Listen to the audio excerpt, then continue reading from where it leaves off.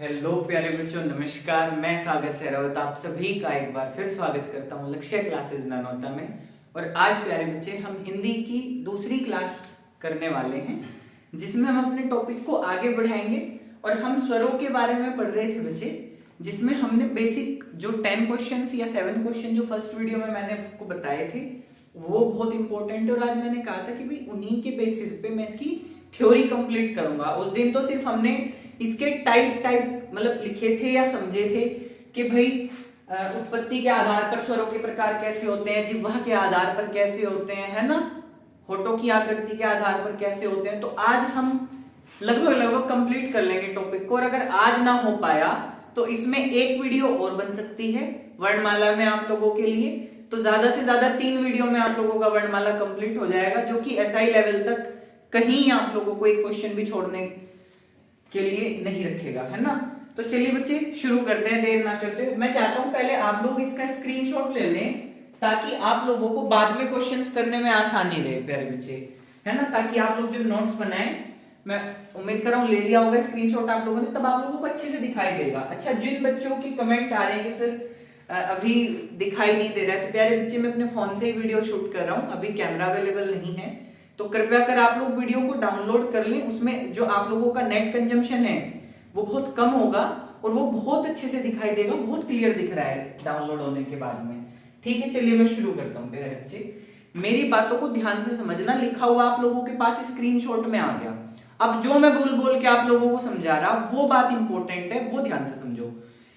हमने पढ़ा था क्लास 1 में कि उत्पत्ति के आधार पर जो स्वर हैं वो कितने प्रकार के हैं? 3। कितने प्रकार के हैं? 3। तो प्यारे बच्चे, वैसे तो टोटल संख्या में मैंने आप लोगों को वर्ण विभाजन में जब बताया था, मैंने कहा था, मैंने कहा प्यारे बेटे 11, 33, 4, 2, 2। मैंने कहा आप लोग ये फॉर्मेट याद रखना कि 11 स्वर हैं, 33 व्यंजन हैं, 4 संयुक्त व्यंजन है, 2 क्षिप्त व्यंजन है। ठीक है, इस तरह से मैंने वो पूरी बात आप लोगों को बताई थी। 2 आयोग वहां है उसमें बाद में चल के। ठीक है, अभी जो हम ये 11 हैं, ये 11 किस किस बेसिस पे बन सकते हैं उनको कंप्लीट कर रहे हैं। चलिए भी शुरू करते हैं। पहली बात, उत्पत्ति के आधार पर स्वरों के प्रकार कितने प्यारे बच्चे? 3 हैं। देखो, मूल स्वर मोस्ट इंपोर्टेंट बनते हैं तीनों के तीनों। नंबर 1 मूल स्वर।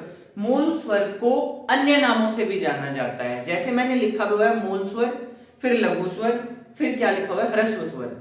मेरे साथ साथ बोलेंगे तो आप लोगों को याद हो जाएगा। मूल स्वर, लघु स्वर, ह्रस्व स्वर। लघु का अर्थ होता है छोटा। लघु का अर्थ क्या होता है? छोटा। तो प्यारे बच्चे, यानी ए अनार के जो हम पढ़ते हैं, छोटे से थे जब हम भी छोटे छोटे बच्चों की तरह पढ़ते थे, ऐसे अनार, आ से आम। तो मैं ऐसे ही आप लोगों को समझाऊं कि ऐसे अनार के जो अक्षर छोटे हैं, ठीक है, जो वर्ण छोटे हैं स्वरों में, वो इसमें आएंगे। तो इसमें क्या है, यानी छोटे वर्णों को बोलने में तो बहुत कम श्वास की आवश्यकता होती है, बहुत कम समय लगता है। तो इसने क्या बताया? जिन स्वरों के उच्चारण में बहुत कम समय लगता हो, क्या हो? जो समय लगता हो बहुत ही कम होता हो, है ना, वे लघु स्वर कहलाते हैं। यानी बेसिकली तो वैसे पेपर में यही आता है, लेकिन बहुत बार ये भी आया है और बहुत बार ये भी आया है। तो मेरे प्यारे बच्चों, आप लोग ध्यान रखेंगे, जिनके उच्चारण में बहुत कम समय लगता है वे क्या कहलाते हैं? वे कहलाते हैं लघु स्वर। लघु का क्या होता है? छोटा। अच्छा, जब पढ़ेंगे ना आप, ए छोटी बड़ी छठा उपड़ा उजरी ए आई ओ औ अंग है, इस तरह से पढ़ना शुरू करेंगे तो सिर्फ स्वर की बात करूं जो औ पे खत्म होंगे जाके, जो औ पे खत्म हो जाएंगे जाके, उसमें आप छोटे अक्षर छांट लेना। छोटे अक्षरों में क्या होगा? ए, फिर छोटी ई, मैं छोटे शब्द से बोल रहा हूं, वैसे ई होता है ये, छोटा ऊ और री। इसीलिए इनकी कुल संख्या 1 2 3 4 कितनी है भाई? 4। इनकी कुल संख्या कितनी है मेरे प्यारे बच्चे? 4। मैं पूरी बात को दोबारा बता रहा हूं। उत्पत्ति के आधार पर स्वरों को 3 प्रकार से बांटा गया है। ठीक है, कितने प्रकार से? 3। कितने से? 3। लघु स्वर मतलब छोटे, उसके बाद बड़े की बात कर लेते हैं, दीर्घ स्वर। लघु स्वर, दीर्घ स्वर, लघु स्वर, दीर्घ स्वर। एक बचा, उसे बोलते हैं पलुत स्वर। उसे क्या बोलते हैं प्यारे बच्चे? पलुत स्वर। लघु का अर्थ होता है छोटा, यानी जो छोटे छोटे से वर्ण है उन्हें बोलने में बहुत थोड़ा सा टाइम लगना है। तो इसने भी यही कहा थ्योरी में कि भाई मेरे, कि जो स्वर ऐसे होते हैं जिनके उच्चारण में बहुत कम समय लगता हो, वे क्या कहलाते हैं? वे लघु स्वर कहलाते हैं। वे क्या कहलाते हैं? लघु स्वर कहलाते हैं। जैसे ए बोल, देखो कितना कम सा टाइम लगेगा, ई उ री, ए ई उ री, ठीक है, यानी बहुत छोटे हैं तो इसलिए इनमें उच्चारण में क्या लगेगा? बहुत ही कम समय लगेगा। अच्छा, इनकी संख्या कितनी है? 4। अब इधर का समझे तो देखो, छोटे के बाद बड़े का नंबर आता है, तो यानी अब बात करेंगे दीर्घ स्वर की। दीर्घ स्वर का दूसरा नाम क्या है? गुरु स्वर भी दीर्घ स्वर को कहा जाता है। गुरु स्वर भी दीर्घ स्वर को ही कहा जाता है, और इन्हीं को संधि स्वर भी कहते हैं मेरे बच्चों। इन्हीं को क्या कहते हैं भाई? संधि स्वर भी कहा जाता है। यानी ये किसी के मेल से बने हुए होंगे फिर तो, अगर संधि है। संधि का क्या होता है? मेल, समझौता। तो ये भी किसी ना किसी की समझौता करके बने होंगे, है ना। तो इसने क्या कहा है? दीर्घ और गुरु और संधि स्वर तीनों एक ही के पर्यायवाची समझ लो है, एक ही रूप है। अच्छा, इनकी कुल संख्या है 7। अरे हमारा भला करे थोड़ा बहुत परमात्मा, अगर इन 11 में से मेरे प्यारे बच्चे 4 यहां चले गए, कितने बचे आगे? 7 ही बचे ना, तो वो किस में होंगे? इसमें, क्योंकि ऐसा तो हमने कुछ सुना ही नहीं, ये तो कुछ अलग ही है। इसे तो बहुत आसानी से हम कुछ टाइम बाद समझ रहे हैं, ठीक है। अभी पहले इस पे ध्यान दीजिए। तो गुरु बड़ा, दीर्घ भी बड़ा, और संधि जब होती है, दो शब्द एक साथ मिलते हैं तो काफी बड़ी उसका अर्थ भी निकल सकता है। तो इन्होंने क्या बताया भाई? जिन स्वरों के उच्चारण में कुछ अधिक समय लगे, थोड़ा बहुत फालतू समय लगेगा, है ना। जिन स्वरों के उच्चारण में कुछ अधिक समय लगता हो, वे दीर्घ स्वर कहलाते हैं। वे क्या कहलाते हैं भाई? दीर्घ स्वर कहलाते हैं। जैसे अब वहां जो गया सो गया, अब उसके बाद देखो ए वहां चला गया, आ बचा, छोटी ई वहां चली गई, बड़ी ई बची, छोटा ऊ वहां चला गया, बड़ा ऊ बचा, रीली वहां चला गया, ए बचा। अब इसके आगे के सारे यहीं आ जाएंगे, आई भी, ओ भी और औ भी, दिख रहे हैं ना। आ, ई, ऊ, ए, आई, ओ, औ। प्रोनाउंसिएशन का फर्क है। अच्छा, कई बच्चे बोलते हैं इसमें प्रोनाउंसिएशन, गलत, नाउन प्रोनाउन नहीं पढ़ रहे हम। प्रोनाउंसिएशन इज रॉन्ग, प्रोनाउंसिएशन होता है। क्या होता है? प्रोनाउंसिएशन होता है। चलिए छोड़िए इस बात को भी, छोड़िए, अभी हिंदी में ही रहते हैं, इंग्लिश तो फिर कभी देखेंगे। तो 4 ये हो गए और 7 ये हो गए, टोटल कितने हो गए? 11। अब यानी ये तो कुछ और ही सीन है। तो अब यो क्या है भाई? इसे देखते हैं। देखिए भाई, पलुक स्वर क्या कह रहा?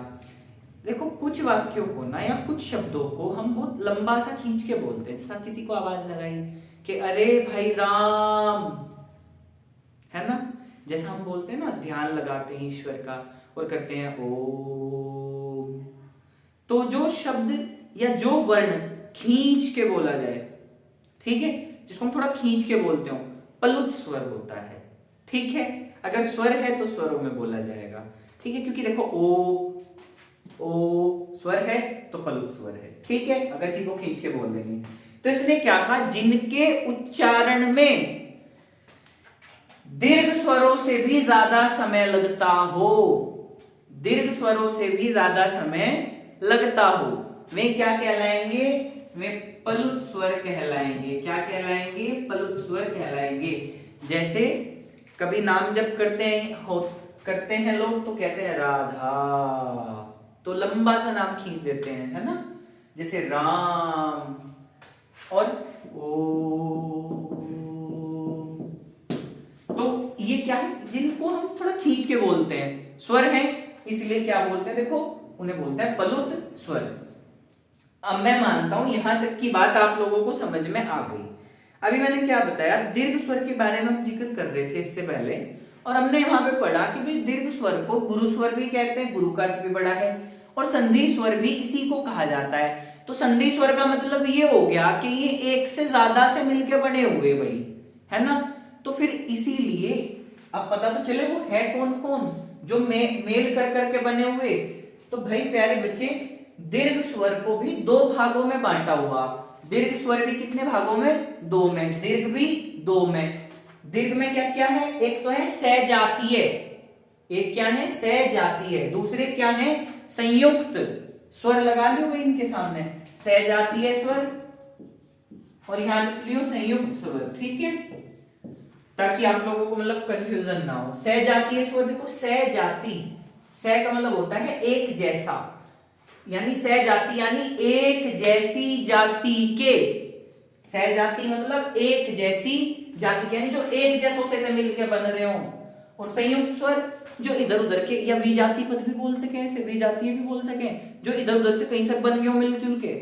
तो देखो सहजाति में क्या आ गया, आ, बड़ी ई, बड़ा ऊ। अब मैंने बड़े छोटे शब्द से ही आप लोगों को प्रोनाउंसिएट करा दूं, क्योंकि हम तो बहुत छोटे से थे जब से, तब से यही पढ़ते आ रहे हैं ना, छोटी ई, बड़ी ई, छोटा ऊ, बड़ा ऊ। तो मैं उसी में समझा रहा हूं आप लोगों को ताकि समझने में आसानी हो। देखो मेरे प्यारे बच्चे, आ दिया हुआ है, तो आ की अगर हम इसमें ढूंढने के भी सहजातीय स्वर में किस किस से मिलकर बना हुआ, तो जब हम आ बनाएंगे तो क्या कर देंगे, ए प्लस ए, क्या कर देंगे, ए प्लस ए, क्या बन जाएगा, आ। इसी तरह बड़ी ई बनाना ना, तो छोटी ई बना दो दोनों बार, दो बार छोटी ई को जोड़ दो, क्या बन जाएगा, बड़ी ई। और अगर मेरे प्यारे बच्चे ऊ को बनाना ना, बड़े ऊ को, तो अगर बड़े ऊ को बनाना तो क्या करना पड़ेगा, छोटे ऊ में छोटा ऊ आपको जोड़ना पड़ेगा। क्या करना पड़ेगा, छोटे ऊ में छोटा ऊ जोड़ना पड़ेगा, क्या बन जाएगा, ऊ। तो देखो ये भी दोनों एक जैसे, ये भी दोनों एक जैसे, और ये दोनों भी एक जैसे, तो इसलिए इन्हें क्या कहा जा रहा, सहजातीय स्वर। इसलिए इनको क्या कहा जा रहा है मेरे प्यारे बच्चे, सहजातीय स्वर, यानी एक जैसी जाति के स्वर जहां मिलके किसी अन्य स्वर का निर्माण करते हो उन्हें क्या कहेंगे, सहजातीय स्वर कहेंगे, ठीक है। इसमें क्या क्या आता है, ए आता है, बड़ी ई आ जाता है, और बड़ा ऊ आ जाता है। सॉरी आ भी है, आ बोलते उसको, ए नहीं बोलते, आ आता है, बड़ी ई आती है, और बड़ा ऊ आता है। तो देखो 3 यहाँ पे है, 4 यहाँ पे हो गए, पूरे 7 हो गए या नहीं हो गए। अब अगर आपको ये याद रहेगी ना तो आप इन्हें बिल्कुल रट दोगे। क्यों, अरे मेरे बच्चे ये तो बहुत आसान था। अब इसमें से हमने एक जैसी जाति के छांट लिए, ये बैठे तीनों सबसे पहले, बोला आ जाओ प्रधान जी, आगे प्रधान जी। अब जो बचे ये मतलब विजातीय बच गए या संयुक्त बच गए, यानी किसी और से मिलकर बने हुए। जैसा ए बनाना आपको, तो ए मैंने बताया था, ए लगभग सब में लगा हुआ, लगा दो मेरे प्यारे बच्चे, सब में ए लिख के रहो, लिख दिया। तो बोल के देखो इसे ए, अच्छा यू ए कैसा है, अगर मैं इसे भी छोटे बड़े में समझने लगूं एक बार के लिए, मान लो ऐसे ऐसा बोला नहीं जाता, पर अपने जी का क्या समझाना है ना, ऐसा मान लो, देखो छोटी ए बड़ी ए, मान लो यार, छोटा ओ बड़ा ओ, इस तरह। यानी करना क्या है, अगर छोटे वाली को बनाना तो ए में आपको जोड़नी पड़ रही छोटी ई, ए में क्या जोड़नी पड़ रही, छोटी ई। और अगर बड़ी बनानी है ए, आई बोल रहे हैं जिसे, तो इसमें ए के साथ या वाली जुड़ जाएगी जो इससे पहले आ रही, यानी इसी का छोटा रूप। इसी तरह ओ में ए लिख दो दोनों में, और ओ में बोलोगे तो छोटा ऊ, और बड़े वाला बनाना तो इस छोटे का मूल रूप यहाँ जोड़ दोगे। बहुत आसान है, बड़े वाला बनाना तो छोटा जुड़ना, बड़े वाला बनाना तो छोटा जुड़ना, ठीक है, समझ में आ गया। चलिए भाई इतनी बात समझ में आई आप लोगों को, ठीक है।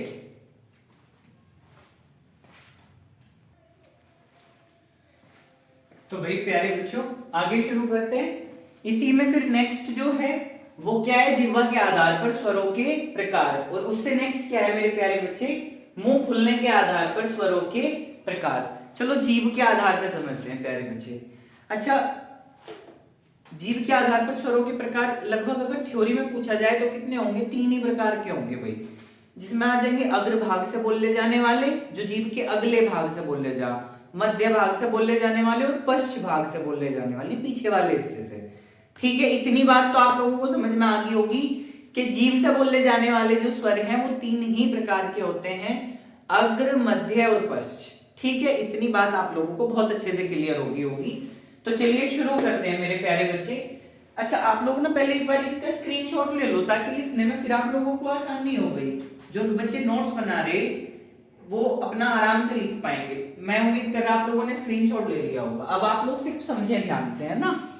तो देखिए बेटे, जीभ के आधार पर कितने प्रकार के बताए मैंने? 3। और क्या क्या बताया गुरुजी आपने? बताया अग्र स्वर। अरे मेरे बच्चे, नाम से ही क्लियर है ना, अग्र का मतलब हो गया अगले हिस्से से। तो जीभ का जो अगला हिस्सा है उससे जिन स्वरों को हम बोल सकते हैं वो क्या कहलाएंगे? अग्र स्वर। तो थ्योरी में कुछ ऐसी कह रही किताबी भाषा में कि जीभ के अगले भाग से बोले जाने वाले स्वर अग्र स्वर कहलाते हैं। क्या कहलाते हैं? अग्र स्वर कहलाते हैं। अब वे क्या क्या हैं? छोटी ई, बड़ी ई, ए और आई। क्या क्या है? ए और आई। अच्छा, इसकी ट्रिक भी है भाई, अगर आप याद रख सको। इसकी क्या है? इसकी ट्रिक भी है। किनकी?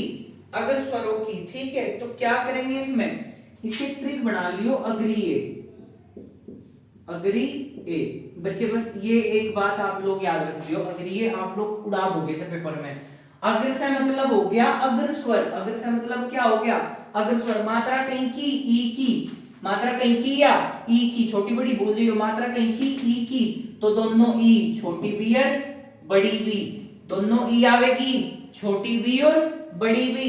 यो क्या लिख रहा है यहाँ? ए, दोनों ए लिख दो। ए बी और आई बी, दोनों ए लिख दो। ए बी और आई बी। फिर से रिपीट कर रहा, अग्र स्वर यानी जीभ के अगले हिस्से से बोले जाने वाले स्वर। ट्रिक क्या है? अग्रीय। अग्रीय में अग्र से समझ में आ गया अग्र स्वर। मात्रा कहीं की? ई की, तो दोनों ई। और ये क्या लिख रहा? ए, तो यानी दोनों ए। इतनी बात आप लोगों को क्लियर होगी मैं उम्मीद कर रहा आप लोगों को। मध्य स्वर। मध्य स्वर क्या है? यानी वो स्वर जो जीभ के पिछले जो जीभ के बीचले हिस्से से, मतलब मध्य भाग से बोला जाता हो, बीच वाले हिस्से से, वो क्या कहलावेगा? मध्य स्वर कहलावेगा। क्या कहलावेगा मेरे प्यारे बच्चे? वो मध्य स्वर कहलावेगा। अच्छा, मध्य स्वर क्या है? ए है। मध्य स्वर क्या है? ए की तो है, याद रख लेंगे से। तो मध्य स्वर क्या है? ए। पश्च स्वर नेक्स्ट क्या आया? पश्च स्वर। पश्च स्वर इंपॉर्टेंट है प्यारे बच्चे। पश्च स्वर क्या है? इंपॉर्टेंट है। अच्छा, स्वर किसी भी आधार पर हो, चाहे स्वर किसी भी आधार पर हो, प्रकार कितने रहेंगे उसके? 11। मतलब कितनी रहेगी संख्या उनकी? 11। अब देखो, 4 तो यहाँ आगे, 5वां हो रहा, तो आगे कितने बच गए? 6 बच गए ना, तो आगे के 6 ही रहे। अब आपने अगर पहली क्लास नहीं देखी तो आप पहले पहली क्लास देखें। उसमें मैंने बताया था जब उच्चारण के आधार पर स्वरों के प्रकार आवे तो री री नहीं आता, क्योंकि री री यार से तो सहायता मिल रही, रे आ रहा है इसमें। तो ये स्वर कैसा हुआ? उच्चारण के आधार पर। सिर्फ लेखन के आधार पर री री है, उच्चारण के, होठों की आकृति के या मुंह खुलने के आधार पर वो कहीं नहीं आता। लिखने के आधार पर है, जब बात मुंह पे आ जा तो री री कहीं नहीं आता। ठीक है, इस बात को ध्यान रखियो भाई। तो पश्च स्वर क्या है? जो स्वर जीभ के पिछले भाग से, पश्च भाग से बोल ले जा, मैं पश्च स्वर कहलावेंगे। क्या कहलावेंगे? पश्च स्वर कहलावेंगे। तो जब ये अग्रीय यहाँ आ गया, ए यहाँ आ गया, जो जो बचा वो सब यहाँ लपेट के रो आप लोग। जैसा आ बचा, छोटा ऊ बचा, बड़ा ऊ बचा, ओ बचा, औ बचा, और ये बचा ओ। क्या बचा? ये ओ। मतलब कह रहे हैं अजीब सा, तो इसका प्रोनाउंसिएशन क्या है? ओ। तो ये थे बच्चे जीभ के आधार पर स्वरों के प्रकार। इसकी ट्रिक क्या याद रखनी? बस आपको अग्रीय, और यहाँ जगह ए, और बाकी जो भी बचा वो सब कहीं में पश्च स्वर में आप लोग रख लेंगे। ठीक है, उम्मीद कर रहा आप लोगों को समझ में आ गया होगा। अब बात कर लेते हैं मुंह खुलने के आधार पर स्वरों के प्रकार। मुंह खुलने के आधार पर स्वरों के प्रकार। बेटे, मुंह खुलने के आधार पर स्वरों के प्रकार होंगे 4। कितने? 4। देखिए, एक वर्ड लिख रहा होगा उसके आगे फिर अर्ध लग रहा होगा, एक लिख रहा होगा उसके आगे फिर अर्ध लिख रहा होगा। यानी जैसा समृत, अर्ध समृत, विवृत, अर्ध विवृत, समृत, अर्ध समृत, समृत, अर्ध समृत, विवृत, अर्ध विवृत। सिंपल। चलिए भाई, तो ध्यान आपको ना सिर्फ इनकी थ्योरी रखनी है। मजा आ जाएगा अगर आपने थ्योरी रख दी आज इसकी, मतलब गजब कर दोगे पेपर में। तो समृत स्वर को देखो प्यारे बच्चे, समव्रत। सम का मतलब है जिस तरह सीम दिया हो किसी ने, क्या कर दिया हो? मुंह को बिल्कुल सीम दिया हो, है ना? सम, सीम दिया हो। सीमना तो जानते होंगे, टाकना भी बोल देते हैं कई जगह। तो समृत यानी जिन्हें बोलते समय मुंह लगभग बंद हो जा, मतलब चुप चुप का कहते तो चुप, मुंह कैसा हो जा? बंद हो जा। तो वे क्या कहलावेंगे मेरे प्यारे बच्चे? समृद्ध। तो भाई में क्या है, बिल्कुल बन सही रह गए मैं बोलते समय, जैसा ई ऊ इन्हें बोलने में कोई मतलब मुंह को ओट बड़ा खोलने की आवश्यकता नहीं है, तो इन्हें क्या कहेंगे? समृद्ध स्वर कहेंगे, जिनमें मुंह लगभग क्या रहता हो मेरे प्यारे बच्चे? बंद रहता हो। अच्छा, भी इन्हें कैसे याद करेंगे? जैसे डॉक्टर के यहाँ चले गए, डॉक्टर क्या किया, जब छोटा सा बच्चा चुप हो जा, सुई चुबा दूंगा, बच्चा क्या हो जाए? एकदम चुप हो जाना। तो ये क्या करें कि चुप हो जा, नहीं तो क्या चुबा दूंगा? सुई। तो ट्रिक भी मेरे बच्चे इसकी क्या है? सुई। देखो से बन गए समृद्ध, से क्या बन गया? समृद्ध। देखो यू क्या आ रही, ऊ की मात्रा है ना, कहीं की मात्रा है ऊ की, तो दोनों ऊ, और यू क्या है? ई, तो दोनों ई। आगे बात समझ में? तो ट्रिक क्या है इसकी? सुई। याद कर लो, याद काम आ जाएगी, है ना? तो छोटी ई और बड़ी, क्योंकि यहाँ पे क्या की? ई, तो दोनों ई। यहाँ पे मात्रा कहीं की मेरे बच्चे? ऊ की, तो दोनों ऊ, और से क्या बन जाएगा? समृद्ध स्वर। अच्छा, अर्ध समृद्ध स्वर में क्या हो? अच्छा, डॉक्टर कहो तो जावे सुई चुबा दूंगा, सुई चुबा दूंगा, और डॉक्टर चुबा भी दे। और जब डॉक्टर सुई चुबाया उसे क्या करें? ओए मार दिए भाई, मार दिए। क्या करेंगे? ओए निकलती है ना मुंह से एकदम से। तो मेरे बच्चे आधा मुंह तो खुल जाएगा, फिर भी दर्द में, डर में बंद तो रहता है, लेकिन दर्द में तो खुल जाता है। तो इसने क्या कहा? अर्ध समृद्ध स्वर क्या होंगे? यानी वे स्वर जिन्हें बोलते समय मुंह थोड़ा सा खुल जाता हो, वे क्या कहलाएंगे? अर्ध समृद्ध स्वर कहलाएंगे। ठीक है मेरे बच्चे? तो क्या निकलेगी एकदम से दर्द में? क्या निकलेगा? ओए मार दिए भाई तुमने, तो चुबा दी सुनी। तो ओए, ओ और ए, ठीक है, ओ और ए। अच्छा, विवृत। विवृत स्वर वो जिन्हें खोलते समय मुंह पूरा खुले। क्या हो? मुंह पूरा खुल जा, अड़ा सा। तो सिर्फ क्या है? आ। क्या है? आ। ना आप बोलते समय ना बाजा बाजा आदमी इतना बड़ा मुंह खोल दे, तो जिन्हें बोलते समय मुंह लगभग पूरा खुल जाता हो, वो सिर्फ क्या है? आ। अब कुछ बचा है क्या? अब देखो, 4 तो यहाँ गए, 2 यहाँ गए, 6 एक साथ, 4 ही रह रहे ना। रीरी को छोड़ के उसे ओ को लगा लियो, ओ, और बाकी सब पे यही ए आई ओ, ओ सॉरी, ए आई औ, ओ। कहीं में अर्ध विवृत में, ये कहीं में डाल देंगे आप लोग अर्ध विवृत में। मैं उम्मीद कर रहा हूं यहां तक भी समझ में आ गया। अब इससे अगला समझो।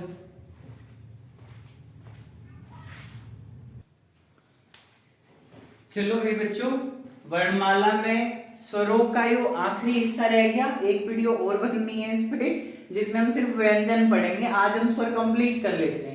तो आप ये आखिरी बचा हुआ है, जिसमें बोलते हैं होठों के आधार पर स्वरों के प्रकार, जिसे बोलते हैं औष्ठाकृति के आधार पर स्वरों के प्रकार। मैं साइड हो गया हूं, आप लोग स्क्रीनशॉट ले लीजिए, ताकि आप लोग नोट्स बना रहे हो तो आप अच्छे से उन्हें मेंटेन कर पाए।